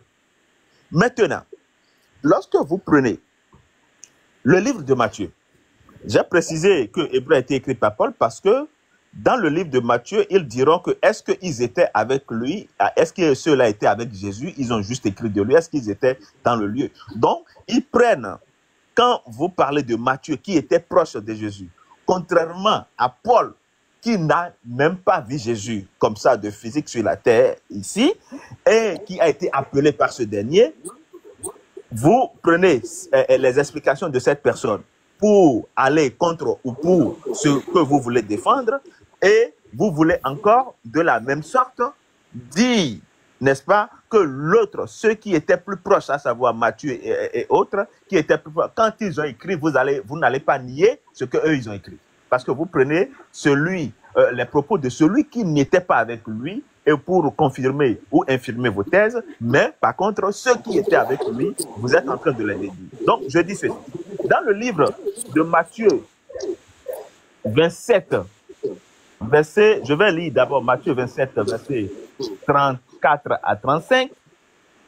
Matthieu 27, chapitre 27, verset 34, ça dit, « Il lui donnait à boire du vin mêlé de fiel, mais quand il eut goûté, il ne voulut pas boire. » Le verset suivant, c'est-à-dire le 35, dit, « Après l'avoir crucifié, il se partageait ses vêtements en tirant au sort. » Donc, en contradiction avec ce que le Coran a dit là-bas, qui ne l'ont pas crucifié, vous voyez avec moi, en même temps ici, moi, mon livre de foi me dit qu'ils l'ont crucifié. On dit, après l'avoir crucifié, la voix L apostrophe A-V-O-I-R, le L apostrophe étant mis pour Jésus, c'est-à-dire après avoir crucifié Jésus, il se partageait ses vêtements. Ça, c'est pour la crucifixion, pour ne pas aller dans les détails. Maintenant, on vient au verset, le même chapitre, hein, verset 50 à 51. Alors, verset 50, ça dit ceci. Jésus poussa de nouveau un grand cri, virgule, et rendit l'esprit. Je crois que, en tant que chrétien que je suis, tout est déjà dit. Il est mort. Il est mort. Donc, du moment où moi, un autre livre ira, n'est-ce pas, à la contradiction de ça là qui est mon livre de foi, automatiquement, ne me permettez pas d'aller justement vers ce livre. Donc, en gros, le Coran dit que Jésus n'est pas crucifié, n'est ni crucifié, ni tué, c'est-à-dire ni mort, mais ici, on me dit qu'il a bel et bien été crucifié et il est mort. Alors, les chers musulmans, je ne sais pas ce que vous voulez qu'un chrétien comme moi vous fasse encore sortir comme preuve. Je m'en arrête là. Merci. Merci d'avoir rappelé à ton frère que le terrain que lui veut emprunter pour arriver au sommet est un terrain glissant. À savoir construire son contre-argumentaire sur la base des affirmations du Coran. Parce que le Coran, seuls les initiés y pénètrent. Et comme il n'a pas encore fait la shahada, tu l'as conseillé gentiment de prendre garde et de rester éloigné, n'est-ce pas, de ce grand gouffre-là, où il va descendre et il n'aura pas de fin pour lui. Tu l'as exhorté à ne se limiter qu'à son livre de foi qui est la Bible. Merci à toi d'avoir donné ce conseil-là en tant qu'un éclaireur, un avertisseur, parce que vous êtes en train d'évoluer en acolyte. Merci. On t'a écouté. Soleil, tu viens d'écouter For Christ. For Christ, Oui, quelle est ta j'ai position écouté. sur ce que tu as entendu? Alors, moi, je voudrais lui dire que c'est selon qui? Selon Matthieu, selon Paul, selon je sais pas qui. Donc, c'est des faits qui sont rapportés par des hommes. Alors que le Coran, c'est pas des hommes qui nous rapportent les paroles, c'est directement Dieu qui nous parle et qui nous dit les choses telles que nous les avons présentées tout à l'heure. Donc nous, en aucun cas, on va parler de telle et telle personne pour dire voilà, c'est exactement ça. Je vais pas croire à un homme parce que justement, je sais plus dans quel livre ou dans quel texte il est dit que personne n'était présent. Et personne n'était présent puisqu'il y a eu un grand orage et une forte tempérie qui a fait que personne n'a pu voir ce qui s'est passé par rapport à Jésus. Maintenant, ça reste à confirmer ce que je dis, hein, je ne l'affirme pas, mais je préfère contredire ce monsieur qui est en train depuis tout à l'heure de vouloir à tout prix, et ce que je comprends puisqu'il est dans sa foi et dans son dogme, mais excusez-moi, vous suivez des hommes et des interprétations qui ne sont pas les bonnes interprétations. C'est tout. Voilà. Merci. Je veux parler? Oui, tu vas parler. On parle ici à tour de rôle. Patientez. Ibrahim Boubacar, tu viens d'écouter Christ. Quelle est ta motion sur ces propos qu'il a tenus? Ok, alhamdulillah. Christ a bien fait d'avertir son frère. Parce que si on rentre dans le Coran, les versets sont clairs. Je vais rappeler encore parce que quand on touche au Coran, on ne saute pas encore. On va balayer d'abord tout ce qu'ils ont dit sur le Coran avant de revenir sur ce que Christ, ce que le Seigneur a dit. Avant de revenir sur ce que Christ a dit, bien sûr. Je lui donne la sourate. Seigneur, je te donne la sourate 3, verset 54. Écoute ce qu'Allah dit. Wa makaru wa makarallah wallahu khayrul makirin. Et les Juifs, les mécréants, ont comploté et Allah a fait échouer leur complot. Quel était le complot des Juifs? C'est de voir tuer Jésus. Ils ont fait un complot pour pouvoir tuer Jésus et Allah dit que lui là, il a fait échouer leur complot. Ça prouve quoi? Ça prouve que les Juifs n'ont pas pu tuer Jésus. Ils n'ont pas arrivé à leur objectif. Et Allah a fait échouer leur complot. Ça prouve que Jésus n'a pas été tué ni crucifié par les Juifs. Je reviens encore dans la sourate 4, verset 157.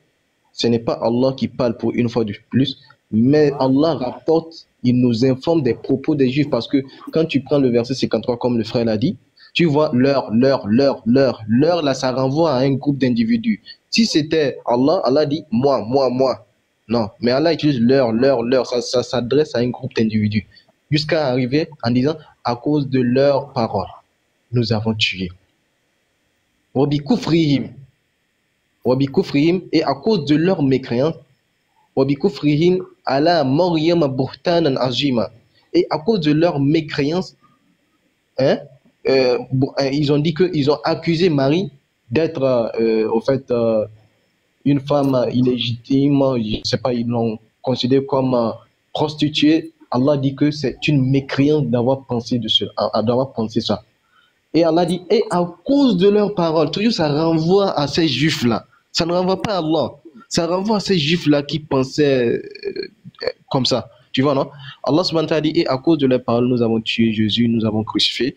Allah dit que non, ils ne l'ont pas tué, ils ne l'ont ni crucifié, mais ce n'est rien d'autre qu'un faux semblant. Et ceux qui ont discuté à son sujet sont dans l'incertitude, ils n'en ont aucune connaissance certaine et ils ne font que suivre. Tu vois? Toujours, on sent que Dieu s'adresse à des gens. Ils ne font que suivre des conjonctures et ils ne l'ont certainement pas tué. Et il a parlé. Pardon, est-ce que vous pouvez me redonner juste la première sourate que vous avez lue là? Sourate 3. Où il était question du complot. Sourate 3, verset 54. Merci. Continue. Ok, très bien. Donc Allah dit, ils ne l'ont certainement pas tué. Et Allah dit, et Allah l'a élevé vers lui. Il a élevé Jésus vers lui. Il a élevé comment? Corps et âme. Tu peux prendre l'état facile. Il te montre que c'est avec corps et âme, Allah a élevé Jésus, vu qu'ils ne l'ont ni tué, ni crucifié. Revenons dans Hébreux 5.7. On va lire le verset de Hébreux 5.7. Jésus, dans les jours de sa chair, le frère a bien confirmé en disant qu'il s'agit de son vivant. Merci. Ayant présenté avec de grands cris et avec larmes. Donc Jésus a pleuré, il a fait des supplications, des prières. Les prières, on sait là où il a fait les prières. À Gethsemane, il a fait des prières, il s'est prosterné plus de 3 fois pour que Dieu lui sauve. Si le frère veut nous dire que non, il est mort et sauvé de la mort signifie ressusciter, il contredit le dogme, je vais dire la croyance même des évangélistes qui disent que Jésus lui-même savait qu'il serait ressuscité. Il dit, je serai ressuscité 3 jours après, je vais ressusciter. Même si on prend le 3 jours là, ça suscite encore un débat. Mais on sait que les disciples, ils disent que Jésus est ressuscité 3 jours après, 3 jours. Donc Jésus savait qu'il va être sauvé. Donc, mais ça n'est pas la peine encore de venir supplier encore Dieu de lui sauver encore de la mort, c'est-à-dire être ressuscité. Ça n'a pas de sens, vu que Jésus a la conviction qu'il doit être ressuscité. Donc là, la demande que Jésus demandait, c'est d'être échappé, d'être sauvé même de la mort. Imagine que tu es face à un lion et qu'on te dit, ah vraiment, tu as été sauvé de la mort. Est-ce que cela signifie que tu es mort? Non, parce que tu as échappé, c'est-à-dire au danger du lion. Tu vois, non? C'est la même chose, le verset de Hébreux te dit. Il a été sauvé de la mort. Sauvé de ce gouffre. Il n'a pas goûté à une mort, ne serait-ce qu'une seule seconde de mort. Si tu es sauvé de la mort, c'est que tu ne goûtes pas à la mort. Mais si tu as goûté à la mort, tu n'es pas sauvé de la mort. Tu vois, non? Tu n'es pas sauvé de la mort.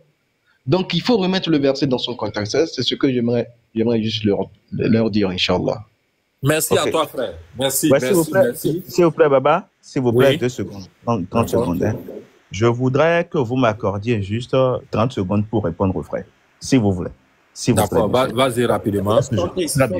Chris, s'il te plaît. Là, il s'adressait à moi. Ah non, Là, il c'est ce s'adressait à que moi moi. j'ai dit. Non, Oui, c'est ce d'accord, que c'est moi pas un j'ai dit. souci. Faut Chris va prendre et après, toi, tu vas répliquer aussi. Vas-y.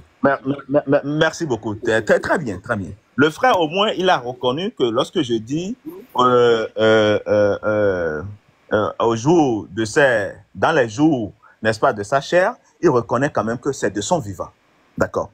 Maintenant, il dit encore ensuite, ce qui est extraordinaire de sa part, il dit Jésus-Christ lui-même savait qu'il allait ressusciter. Il allait ressusciter. Donc, il savait, par conséquent, qu'il devrait mourir. On est d'accord.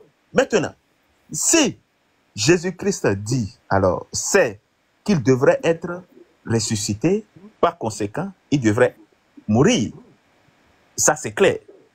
Donc, il n'y a pas autre alternative, d'autre chose qui pouvait justement empêcher justement cette mort dont lui-même, il sait, que lui-même sait qu'il va subir. Maintenant, quand on vous parle ici, quand nous chrétiens, parce que je vous dis toujours que ce livre-là, c'est d'abord chrétien. Quand nous chrétiens, nous vous disons que il y a un frère tout à l'heure qui a expliqué la coupe de la mort, mais que les frères musulmans n'ont pas voulu comprendre. Quand il est dans la chair, ce qui est tout à fait normal en tant qu'un être humain, lorsque vous subissez, n'est-ce pas, des secousses, lorsque vous subissez, n'est-ce pas, des douleurs, c'est tout à fait normal que vous vous en plaigniez. Ça, c'est le côté humain. Ça, c'est la nature humaine, ça. Et c'était normal. Mais spirituellement parlant, je vous dis tout simplement que ici, dans le livre de Hébreux 5:7 là, on parlait justement de cette résurrection. Parce que c'est lui qui a dit, il sait qu'il allait mourir, il sait qu'il allait ressusciter. Mais devant les hommes que nous sommes, c'est tout à fait normal que la chair dans laquelle se trouvait cet Esprit Saint Jésus-Christ là, c'était tout à fait normal que cette chair puisse faire justement comme toute chair.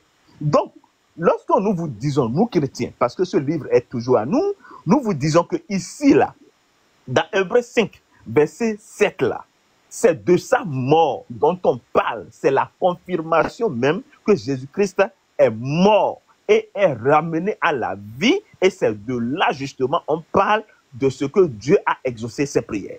Donc, c'est tout ce que je voulais lui confirmer d'après ce qu'il a dit, comme quoi Jésus-Christ, non seulement il sait qu'il devrait mourir et qu'il allait ressusciter, et ici, il a confirmé que quand j'ai dit au vivant, quand j'ai dit dans les jours de sa chair, il était vivant, il a confirmé ça. Donc, c'est cette précision que j'ai voulu faire. Merci. Merci. Je veux que tout le monde soit témoin de ce que tu as demandé 30 secondes. Nous ne t'avons pas arrêté. Et je veux que ça continue comme ça, dans un bon esprit. On n'est pas là pour se tirer. Nous avons donné l'argument sur lequel nous voulons nous appuyer.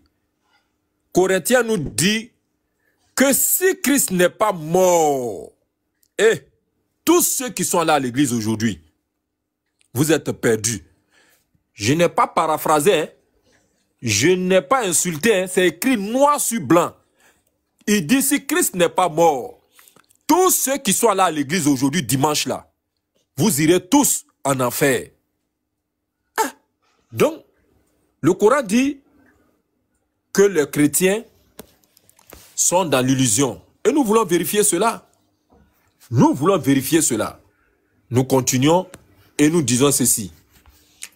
Alors, je veux que mes frères recadrent. Quand je dis recadre, Ibrahim l'a très bien fait. Soleil est en train de faire. Khalil vient de nous rejoindre. À qui nous disons d'ailleurs même salam alaikum et bonjour à Parole de Vie. DGM. Khalil. Baba, apparemment tu m'as oublié. Je ne t'ai pas oublié. On est en train de vous prendre un à un. J'arrive, Seigneur. Je les salue d'abord et puis je te redonne la parole. C'est plus d'une heure du temps que je suis là. Oui, c'est la patience. Ici, c'est comme ça. On est en train de vous prendre un à un. S'il y a une motion, tu peux peut-être agir sur la motion. Tu auras ton temps aussi où tu vas développer. Tout le monde est passé. Bon, désolé pour parler, mais tout le monde est passé. Et tout le monde n'est pas pour passer ça. Après, Seigneur, là, c'est ton Christ. Après Christ, c'est toi. Vous êtes trois, non? Maintenant, le quatrième vient d'arriver. Khalil. Oui, ils ont tous parlé, reparlé. Mais moi... Bon, ok. C'est ça qui est toi ton problème, là. On t'a expliqué. Tu étais là depuis le début. Est-ce qu'on ne vous a pas donné 3 minutes d'exposition, d'introduction? Chacun a fait 3 minutes. Après, encore, on vous a donné 10 minutes où vous avez parlé collectivement. Après, les frères ont répliqué. Après, encore, on a redéfini le temps de passage pour dire, bon, on va vous prendre un à un pour ne pas que chacun puisse empiéter sur son temps. Toi, tu vas faire ton argumentaire propre. S'il y a une motion sur ce que tu as dit là, les frères vont prendre la parole pour dire que tu as tenu tel propos dans tel temps de parole. Nous ne sommes pas d'accord. Voilà. Moi, jusque-là, je ne suis pas satisfait de vos interventions. Il faut que je sois très clair. Jusque-là, je ne suis pas satisfait de vos interventions. Les chrétiens, je ne suis pas... Tu te rappelles la dernière fois que j'ai pris le temps? Je dis que je ne suis pas satisfait de vos interventions. Pourquoi? J'ai dit que le Coran a donné des arguments. Bon, il va me séparer de toi, parce que toi, c'est comme ça que tu procèdes.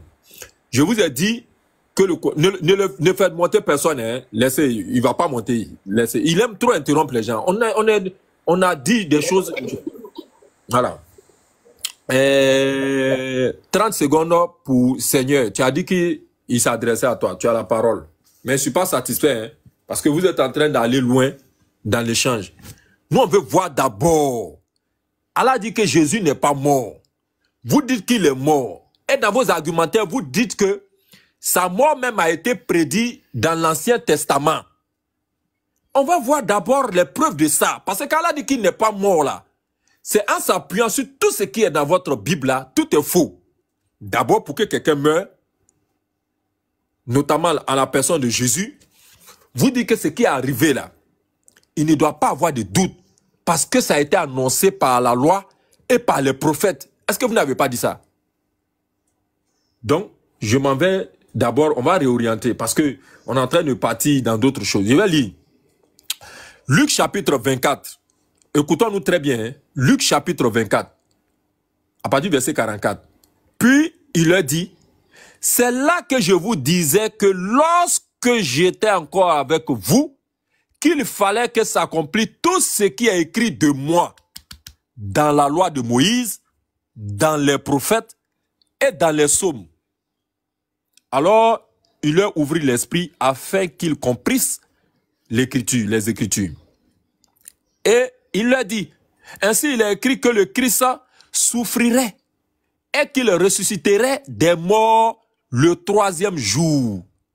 et que la repentance et le pardon des péchés seraient prêchés en son nom à toutes les nations, à commencer par Jérusalem. Vous êtes témoins de ces choses. Très bien. Donc, l'offensive qu'on va mener, Ibrahim Aboubakar, Khalil, à qui j'ai réitéré encore mon salam alaikum à toi. Comme je disais, bonjour à DGM qui nous a rejoint pour prêter main forte. Parce qu'il a vu que ses frères pataugeaient et que si il ne faisait pas rapidement sa demande, ça allait être une catastrophe. Alors, qu'est-ce qu'il fait? Il vient. Alors donc, nous disons, il est dit qu'il fallait que s'accomplisse tout ce qui est écrit de moi dans la loi de Moïse, dans les prophètes et dans les psaumes. Dites-le nous. Avant qu'on ne vienne s'intéresser à la mort de Jésus, montrez-nous, pas à pas, d'abord dans la loi de Moïse, où il est écrit que Christ doit mourir. Ensuite, prenez n'importe quel prophète, montrez-nous, où un prophète a dit que Jésus allait mourir. Et enfin, prenez n'importe quel chapitre de Psaume, montrez-nous où il a été dit que Jésus allait mourir. À plus forte raison maintenant, on va s'intéresser aux actes, aux différents actes préparatoires de sa mort. On va les analyser. Pas la crucifixion d'abord, laissez la crucifixion. On parle même de la mort réelle là. La mort réelle, la séparation de l'âme du corps là. C'est de ça qu'on est en train de parler en ce moment là. Après on va s'intéresser à la crucifixion, on a donné le cheminement. Seigneur Béra, comme tu avais dit que tu avais été indexé, réponds à ça et puis revenez vous intéresser à ce qui est écrit dans votre Bible là. Merci. D'accord. Alors, moi j'allais plus dans ta démarche concernant le verset originel sur lequel on s'était lancé. Pour pouvoir déjà mieux comprendre, mieux définir les choses et ensuite revenir maintenant dans la Bible pour pouvoir mettre en contraste. La question que j'ai posée était la suivante. Vous m'avez dit que ce sont les Juifs qui se réclamaient d'avoir fait mourir le Christ. Or, c'est là où Allah se réclame à ce moment-là d'avoir orchestré, en l'occurrence, un faux semblant. Parce que selon la sourate qu'il a donnée, selon la sourate que l'autre a donnée, la sourate 4, le verset, je reviens là-dessus, sourate 3, le verset 54, il dit que les Juifs ont fomenté un plan et Allah a déjoué ce plan-là. Donc Allah se réclame d'avoir fait un faux semblant afin de leur faire apparaître, de leur faire croire qu'ils avaient tué le Christ. Donc du coup, si Allah est à l'origine du faux semblant, moi j'aimerais poser à nouveau une question. Tout de suite, il a pris l'exemple de celui qui se retrouve devant le lion et que par on ne sait quelle action, il est sauvé du lion. Son exemple est judicieux. Mais pour qu'on puisse te sauver d'un lion, il faut que tu sois devant le lion. Si tu n'es pas devant un lion, on ne peut pas te sauver du lion. Donc pour que Jésus ait été sauvé de la mort, faut que quelque part, il se soit retrouvé devant la mort. Or, Jésus était dans la chair. Et comment on se retrouve devant la mort? Je pense qu'on sait tous comment on se retrouve devant la mort. Il n'y a pas deux façons d'être devant la mort. Donc du coup, moi, ma question que je vais poser, c'est le faux semblant dont il est question dans le verset qu'on a lu, dans la sourate que vous avez donnée là. Est-ce que quelqu'un peut m'expliquer clairement et textuellement en quoi consiste ce faux semblant là, précisément? C'était quoi le faux semblant? Est-ce que quelqu'un peut m'expliquer, non pas de ses propres connaissances, hein, mais à l'appui de versets ou à l'appui d'études peut-être même, soit des anciens, des personnes qui ont mené des études là-dessus. Je suis obligé de t'arrêter. Pourquoi? J'ai déjà fait l'exposition très claire. Je suis passé en long et en large. C'est un autre argument sur lequel on va s'attarder. Allah dit, ils ne l'ont pas tué. Il faut qu'on décortique en quoi et en comment Jésus n'a pas été tué. Un autre argument, on dit, ils ne l'ont pas crucifié. Nous allons nous intéresser à la crucifixion de Jésus. Allah nous dit encore que ceux qui ont mis leur bouche dans cette affaire-là, ils n'ont aucune connaissance certaine. On va prendre les évangélistes par leur col, un à un.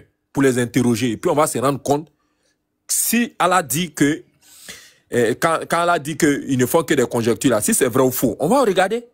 Et enfin, on va venir regarder maintenant, au vu de tout ça là, est-ce que Jésus est revenu d'entre les morts? C'est tout. Voilà comment on marche. Il ne faut pas aller sur faux semblant d'abord. J'ai été très clair. Attardons-nous sur la mort de Jésus. Je reprends encore une dernière fois et je m'adresse directement à Parole de Vie qui vient de nous rejoindre. Parole de Vie, bonjour. Il faut te démuter rapidement. Les frères vont continuer dans la suite. Je suis obligé de réorienter le sujet pour ne pas que voilà, chacun puisse aller comme il veut. Voilà. Donc, voilà, bonjour à toi. Shalom les frères. Je lis juste le verset 44 de Luc chapitre 24. Puis il a dit, c'est là ce que je vous disais lorsque j'étais encore avec vous. Il fallait que s'accomplisse tout ce qui est écrit de moi dans la loi de Moïse, dans les prophètes et dans les Écritures. Très bien. Montre-nous, soit dans la loi de Moïse, soit dans les prophètes, soit dans les psaumes, que Jésus devrait mourir. Merci, tu as la parole. Mes frères, vous écoutez attentivement. Hein. Dès qu'il relâche la parole, c'est Khalil qui le prend pour la motion. Ensuite, Youssef et enfin Ibrahim et Soleil. Vas-y. Merci, Baba. Maintenant, est-ce qu'il y a aussi lieu de corriger tout ce que vous avez dit pendant que j'étais en bas, si c'est possible? Non, dans tout ce qu'on a dit, c'est de prendre tous les arguments. Pour le moment, là, il y a un argument qui est là. Allah dit qu'ils n'ont pas tué Jésus. La Bible dit qu'il fallait que s'accomplisse tout ce qui est écrit de moi dans la loi, dans les prophètes, dans les psaumes. Est-ce que la mort de Jésus, là, se trouve dans la loi de Moïse? Est-ce que la mort de Jésus, là, se trouve dans les prophètes? Est-ce que la mort de Jésus se trouve dans les psaumes? Voilà. D'accord. Baba, d'accord, je vais te répondre. Baba, je vais te demander, c'est de manière, c'est comment mon raisonnement, ma méthode à moi. Voilà. Est-ce que ton Coran, la sourate 4, verset 157 là, est-ce que le texte est véridique, est authentique? Parce que c'est à partir de ce texte que tu poses ta question. Oui, c'est sur la base de ce texte-là que tu poses. Ok. Oui. Est-ce que ce texte-là est véridique? Je vais m'adresser à Khalil. Khalil, il pose la question, est-ce que le texte, sourate 4, verset 157, est-ce qu'il est véridique? Pour moi, en fait, la question est à la fois pernicieuse et puis en fait inutile, dans la mesure où si tu demandes actuellement à un chrétien, est-ce que la Bible est authentique, il dira oui. Si tu demandes à un chrétien, est-ce que la Bible du Coran est authentique, il dira oui. Donc, pour moi, c'est pas dans la pertinence. Ceux qui estiment que le Coran n'est pas pertinent, n'est pas juste, attends de démontrer. Si moi je pense que la Bible contient des faussetés, je vais le démontrer. D'accord. Je vais le démontrer. D'accord. En fait, je ferai un raisonnement par l'absurde, parce que la sourate 457 est erronée. Elle est fausse. Elle a toujours été fausse. Pourquoi? Voici, je reprends le texte, et puis on va voir si ce que vous dites, vous êtes véridique. Le texte dit, et à cause de leurs paroles, nous avons vraiment tué le Christ, Jésus, fils de Marie, le messager d'Allah. Vous savez bien que le nous là fait allusion aux Juifs. Vous-même, vous savez ça. La question qu'on se pose, c'est quel Juif qui a reconnu que Jésus était le Messie, en plus le messager d'Allah, si vous prétendiez que Allah était le même Dieu des Juifs. Donc, quel est le Juif, quels sont les Juifs qui ont déclaré cette parole-là? Et montrez-nous la source. Quand vous allez montrer la source, alors on va vous donner la preuve de la contradiction. Parce que nous avons la Bible, nous savons que Jésus est mort dans la Bible, tous les textes bibliques le confirment. Ça ne sert à rien de demander à un chrétien aussi, de la même manière que Khalil vient de parler, il dit ça et lui, la question est inutile, mais c'est inutile aussi de demander à un chrétien, montre si Jésus est mort, il va te montrer le verset. Mais prouvez-nous sur la base de votre texte là, puisque c'est un énoncé, c'est un rappel. Il dit, à cause de leur parole, nous avons vraiment tué le Christ. D'où est-ce que les Juifs ont reconnu que Jésus était le Christ pour avoir déclaré cette phrase-là? On a besoin d'informations. Déjà, c'est entre guillemets, c'est un discours qui a été relaté, mais il est ici mis comme, comment on appelle ça même, à la forme, comment on appelle ça, c'est comme un discours direct. Voilà.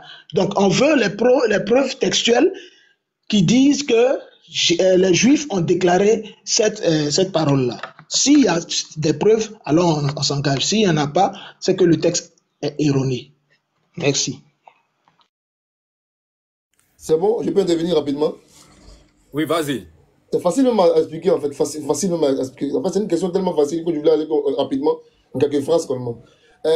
Tout chrétien sait que, tous les chrétiens du monde, et ceux qui sont ici savent que, certes, les Juifs ont été de bras vengeurs, dans votre livre, les bras vengeurs, pour pouvoir attenter à la vie de Jésus-Christ. Mais, vous savez tous que c'est des Juifs là, qui, ayant peur de son message, sachant réellement qui il était, qui étaient témoins de ses miracles, qui étaient témoins du fait qu'il était le dépositaire de l'Esprit Saint. Ils savaient au fond d'eux, mais ils ne l'aimaient pas. Donc c'est un refus raisonné, c'est un refus, c'est-à-dire qu'ils savaient bien et bien qui il était, Jésus, fils de Marie, ils savaient bien. Et ils ont eu peur de ces arguments, parce que le peuple suivait de plus en plus Jésus-Christ. Et tous les chrétiens ici, là, aucun de vous ne peut me contredire. Donc ils savaient très bien qui il était. Et c'est la raison pour laquelle ils ont voulu le faire coupable, le rendre coupable aux yeux des Romains. Ça, c'est le premier point. Le second point dont on parle là, c'est que si tu sais qui il est, si tu sais, en tout cas, que ces miracles qu'il opère là viennent de l'esprit, c'est au nom de l'esprit de Dieu qu'il les fait. Mais c'est qu'automatiquement, tu sais très bien qu'il répond clairement aux critères de la messianité. Il savait très bien qui il était. Ça, c'est un. Or, s'ils savent très bien qui il est, et que cela ne l'a pas empêché de le crucifier, c'est de cela que Dieu parle en fait. Dieu rappelle dans le Coran, Allah rappelle d'abord, elle dit que leur ironie, ils disent que bon, finalement, si vraiment il était le Messie dont on parle là, alors que dans le texte, le Messie doit certes venir de David et tout, mais il doit aussi régner. Or, celui qu'on a livré à Ponce Pilate là, il ne peut pas être le Messie dans la mesure où il vient d'être tué. Et justement, excuse-moi, c'est vrai, mais quand tu lis Galates chapitre 3, il est clair là-bas, Paul est clair là-bas pour dire quoi. Chez les Juifs là-bas, on dit que maudit est celui qui est pendu. Donc ceux qui savaient très bien qui était Jésus-Christ là, ils savaient très bien qui il était parce qu'ils étaient témoins de ce miracle et de ses enseignements. Mais malgré cela, ils ont voulu aller le livrer aux Romains parce qu'ils refusaient de manière délibérée son message. Ils ne voulaient pas de lui. Or, si tu ne veux pas de lui, c'est que tu ne veux pas de Dieu. Mais ils sont allés plus loin. Ils ont voulu le faire maudit, en tout cas à travers la loi de Dieu lui-même, chez les Juifs qui dit que celui qui est pendu là, il est maudit de Dieu. Donc ils ont voulu que le Messie de Dieu là soit maudit au nom même des règles du même Dieu. Donc ils ont voulu tourner Dieu en dérision. C'est pourquoi Allah réplique, Allah contre-attaque pour dire dans le Coran, à cause de leur parole, à cause de leur arrogance, ils ont dit, nous l'avons tué, le fils de Marie, là, le Messie dont on parle là, on l'a tué. Ils savaient très bien qui il était, parce qu'ils ont vu le miracle, ils ont vu Lazare se réveiller, ils ont tout vu, mais ils n'ont pas voulu. Leur cœur était fermé au message. Donc Allah réplique, dit que votre parole là a été vaine. C'est pourquoi Allah, en tout cas, emporte une double négation. Si dans le Coran, Dieu avait dit, il n'a pas été tué, il y avait un débat. S'il avait dit, ils n'ont pas crucifié, il n'y avait pas de débat. Allah pose les deux mots. Allah dit, ils ne l'ont ni tué, ni crucifié. La précision vaut de taille. Tout à l'heure, en montrant les paroles, je vais expliciter ça. Pourquoi Allah précise? Parce que il voulait le faire tuer, là, pas seulement, il voulait le faire crucifier pour une raison bien précise. Il voulait que la même loi que le Dieu d'Abraham leur a donnée là, il voulait le faire appliquer cela au détriment du Dieu lui-même. C'est-à-dire qu'ils ont voulu prendre Dieu à défaut. Or, assumer que le Christ dont on parle là, le Christ Messie d'Israël là, est mort à la croix, a perdu la vie à la croix, mais c'est une malédiction. Donc, ils ont voulu piéger Dieu. Donc Dieu dit non, non seulement il n'est pas mort, mais ensuite, vous juifs là, n'avez pas réussi à le crucifier. Donc la précision de taille coraniquement. Tout à l'heure, je vais revenir là-dessus en fait. Donc, nous sommes clairs que tout chrétien, et même lui qui a posé la question, il sait très bien que les juifs qui ont envoyé le Christ, je pense Pilate, dans votre livre là, ils savaient bel et bien qui il était parce qu'ils étaient témoins de ses miracles, ils étaient témoins de ses enseignements. Et Nicodème et bien d'autres, ils savaient bien qui il était, mais ils n'ont pas voulu, ils n'ont pas accepté. C'est ce que je dis. Et tout à l'heure, dans mon temps de parole là, je vous sortir les versets bibliques, dans votre livre biblique là, qui montrent que le Christ savait bel et bien qui ils étaient. C'est pourquoi il dit, loin de moi, race de vipères. Loin de moi, arrière de moi. Parce que c'est des malhonnêtes, en fait, c'est des hypocrites. Merci. C'est des hypocrites. Ils savaient bel et bien qui il était. Mais, de manière délibérée, ils ont refusé son message. Donc, c'est à ceux-là que Dieu s'adresse pour dire que oui. Ceux-là, comme ils savent bien qui il est le fils de Marie, il est le Messie qu'il a promis, ils savaient bien. Donc, à cause de leur parole là, Dieu leur dit qu'il a fait une contre-attaque dans le Coran. Tout à l'heure, en montant les paroles, je vais bien expliciter le contexte global et général en fait, du verset et aussi de la Bible. Je vais démontrer tout à l'heure que aucun des 12 disciples n'était présent au moment de la crucifixion, ainsi de suite. Mais en montant les paroles, je me calme quoi. En montant les paroles,